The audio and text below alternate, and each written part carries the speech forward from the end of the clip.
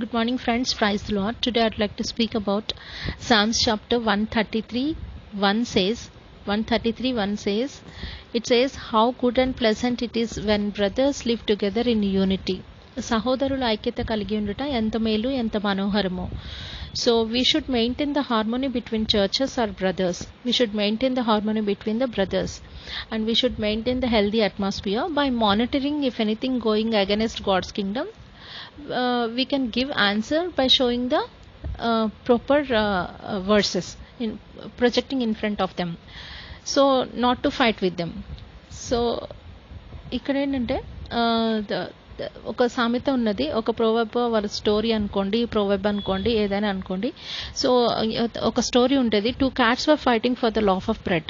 ఈ 2 cats fight చేసుకుంటున్నారు, లేకపోతే 2 birds 2 cats ఫైట్ చేస్తున్నాయి. మధ్యలో సమ్ ఫాక్స్ ఆర్ క్యాట్ వచ్చేసి మధ్యలో ఇంకొకరు వచ్చేసి దాన్ని తీసుకొని వెళ్ళిపోతారనమాట. వీళ్ళిద్దరికీ అది రాకుండా పోతుంది. సో అలా అనమాట. సో సైటన్ అంటే ఒక దొంగ, వాడు దొంగలాగా వస్తాడు మన మధ్యలోకి, to steal your Joy are to steal your harmony between brothers. సహోదరుల మధ్యలో ఉన్న ఐక్యతను చెడగొట్టడానికి వస్తూ ఉంటాడు, అండ్ ప్రాపర్టీస్ని స్టీల్ చేయడం. నువ్వు ఏదో ఇక్కడ వీటి గురించి నువ్వు చెప్పావు, నువ్వు గొప్ప నేను గొప్ప, నాకు ఎక్కువ తెలుసు జ్ఞానం ఉంది, నాకు ఎక్కువ తెలుసు జ్ఞానం ఉంది అని కొట్టుకుంటూ ఉంటుంటే మధ్యలో వచ్చి కింగ్డమ్ ఆఫ్ గాడ్ని వాడు మన మన మన స్పిరిచువల్ లైఫ్ని వాడు స్టీల్ చేస్తున్నాడు, మన ప్రాపర్టీస్ని స్టీల్ చేస్తున్నాడు అనమాట. వాడు దొంగతనం చేసుకొని వెళ్ళిపోతున్నాడు. So why? Because we all are working under Jesus Christ. Christ is the head of the church, and we are the different parts working for the God. God has given different specific tasks for the individual parts of the body. They are maintaining their అంటే వాళ్ళు God ఇచ్చిన జోన్లో వాళ్ళు పని చేస్తూనే ఉన్నారు. So that is a job ఎవరిదంటే దేవుడు డిస్ట్రిబ్యూట్ చేస్తారు కదా వర్క్ని. In which area they have to work అనేది god is distributing the work to each and every part. So he is giving the individual specific task for the ఒక పర్సన్కి ఇస్తూ ఉన్నారు. సో ఒక్కొక్క చర్చ్కి ఒక్కొక్క పని అనమాట. సో మనకి 2 Corinthians చాప్టర్ చూసినట్లయితే 12th chapter 4 నుంచి చూద్దాము. కృపావరములు నానా విధములుగా ఉన్నవి, కానీ ఆత్మ ఒక్కడే. మరియు పరిచర్యలు నానా విధములుగా ఉన్నవి, కానీ ప్రభువు ఒక్కడే. నానా విధములైన కార్యములు కలవు, కానీ అందరిలో అన్నింటినీ జరిగించు దేవుడు ఒక్కడే. అయినను అందరికీ ప్రయోజనం కొరకు ప్రతివానికి ఆత్మ ప్రత్యక్షత అనుగ్రహించబడుచున్నది. ఏలయనగా దేవుని ఒకనికి ఆత్మ మూలముగా బుద్ధివాక్యమును, మరి ఒకనికి ఆత్మను అనుసరించి జ్ఞానమును, మరి ఒకనికి ఆత్మ వలననే విశ్వాసము, మరి ఒకనికి ఆత్మ వలననే స్వస్థత వరమును, అంటే హీలింగ్ కదా, స్వస్థత వరములను, మరి ఒకనికి అద్భుత కార్యములు చేయ శక్తిని, మరి ఒకనికి ప్రవచన వరమును, మరి ఒకనికి ఆత్మ వివేచనయు, మరి ఒకనికి నానా విధములైన భాషలు, మరి ఒకనికి భాషల అర్థము చెప్పు శక్తియు అనుగ్రహించబడి ఉన్నవి.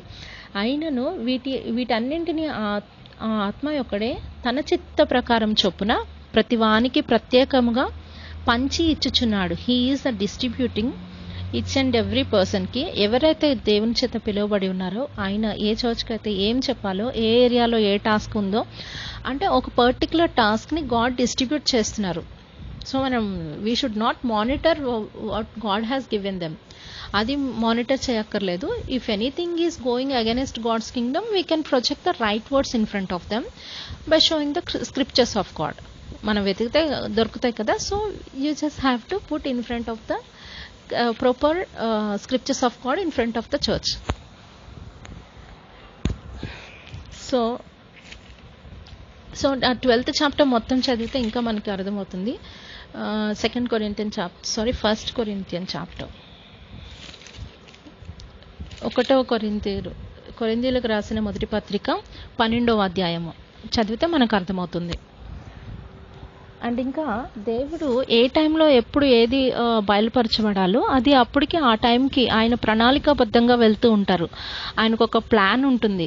ఎప్పుడు సంఘంకి ఎంతవరకు అవసరమో అంతవరకే ఆయన హిడెన్ సీక్రెట్స్ని రివీల్ చేస్తారు, సమయానుకూలంగా అనమాట. ఆయన ప్రాపర్ టైంకి ఇప్పుడు ఈ సంఘానికి ఈ టైంకి ఎంత అవసరమో అంత మాత్రమే హిడెన్ సీక్రెట్స్ని రివీల్ చేస్తూ ఉంటారు. ఒకసారి జాన్ చాప్టర్ 16:25 చూడండి. యోహాను రాసిన జాన్ చాప్టర్ 16:25 ఏం చెప్తుందంటే, ఈ సంగతులు గూఢార్థముగా మీతో చెప్పి తిని, అయితే నేను ఎన్నడూను గూఢార్థముగా మీతో మాట్లాడక తండ్రిని గూర్చి మీకు స్పష్టముగా తెలియచెప్పు గడియ వచ్చుచున్నది.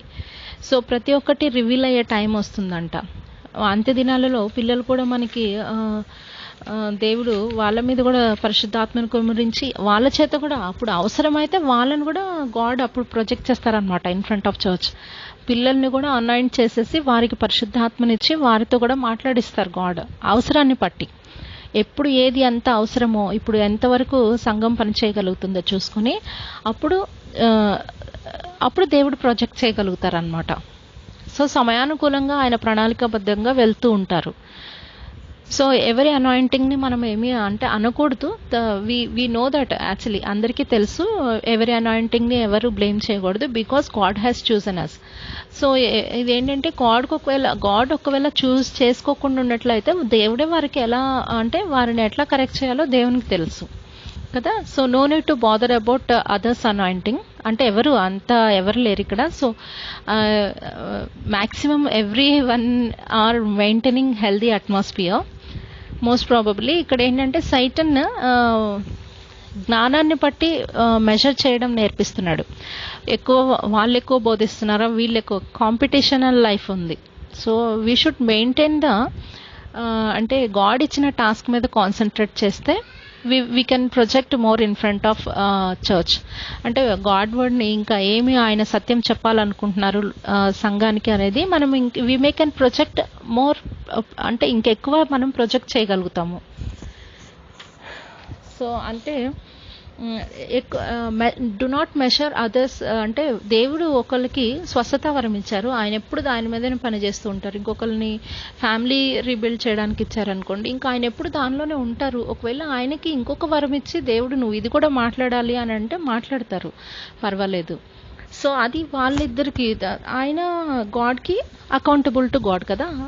ఆ ప్రీచర్ ఎవరైతే ఉన్నారో who is accountable to God. So మనం చెప్పక్కర్లేదు.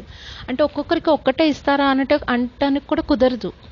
దేవుడు ఆయనతో ఏం మాట్లాడుతున్నారు ఆ రోజు ఆయన అది ప్రొజెక్ట్ చేస్తారనమాట. అండ్ 1 Corinthians chapter 12 చదివితే మనకి ఇంకా కొంచెం అర్థమవుతుంది. Thank you.